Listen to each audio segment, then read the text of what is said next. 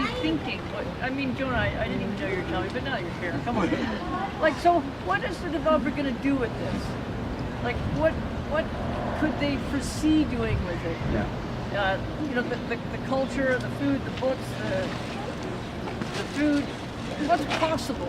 So one of the things is our retailing strategy. And we've always said that we want to do a very independent retailing strategy, but I think this helps us inform that retailing strategy even more so, to go above and beyond just, you know, an independent coffee shop or an independent restaurant, to more about, well, rather than, you know, just talking to any independent retailer from across the city, let's first talk to retailers who've been in this neighborhood for a long time, who were here previously and who are here now, and see how they might be better incorporated or could be incorporated into new development.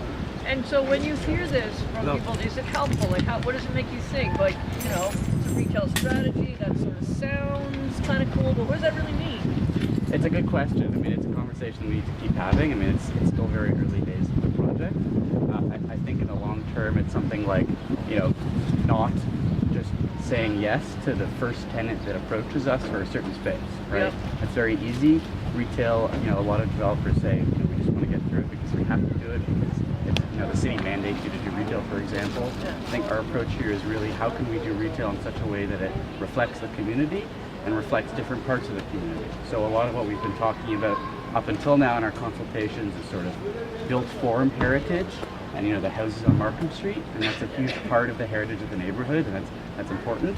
But I think we also want to talk about, you know, this exactly today, which is like cultural and intangible heritage. It's a perfect pivot to talk about Itah. Now, your bookstore.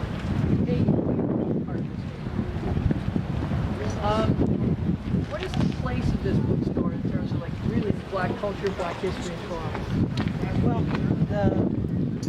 we are very fortunate to be at this space and at this bookstore, because I believe it is the only space that you could kind of go in the city or even in downtown and have an expression of African diasporic Caribbean culture. When people come from America, like Danny Glover, Kathy talked about him. He came the other day and he was just so taken with the bookstore. He was taken with the fact that while he was there, people came in reflecting diaspora so he could have conversations. When the grandmothers come from South Africa with the Stephen Lewis Initiative, this is the space that they come to speak, to hear about Canadian culture. They usually get lost in Honest Eds and we don't see them until 6 o'clock. If you're the Prime Minister of Barbados or of Jamaica and you want to have a tap on the pulse of what's happening in the diaspora, this would be the place to be.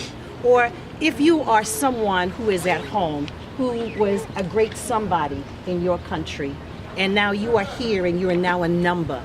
In the morning, oftentimes, we see people, and you can see in their eyes that they have seen war, they have been in war, they've experienced war, and now they feel that they're a number here in the society.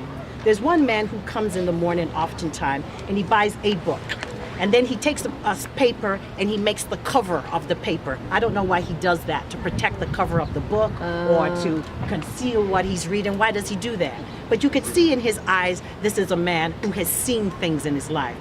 In his country, he was a great mathematician. And to hear him then lecture about Einstein to like 3 people.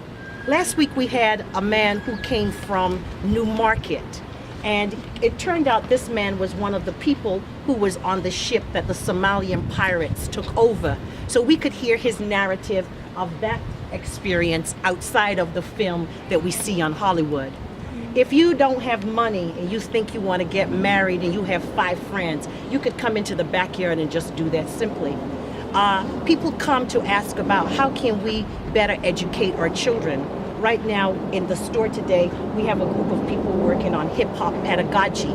So the space, people have come to a physical space at 746 Bathurst Street, and people have reimagined it and redesigned it. People have even come to the bookstore in Soul Real Estate inside of the bookstore, and their event was free.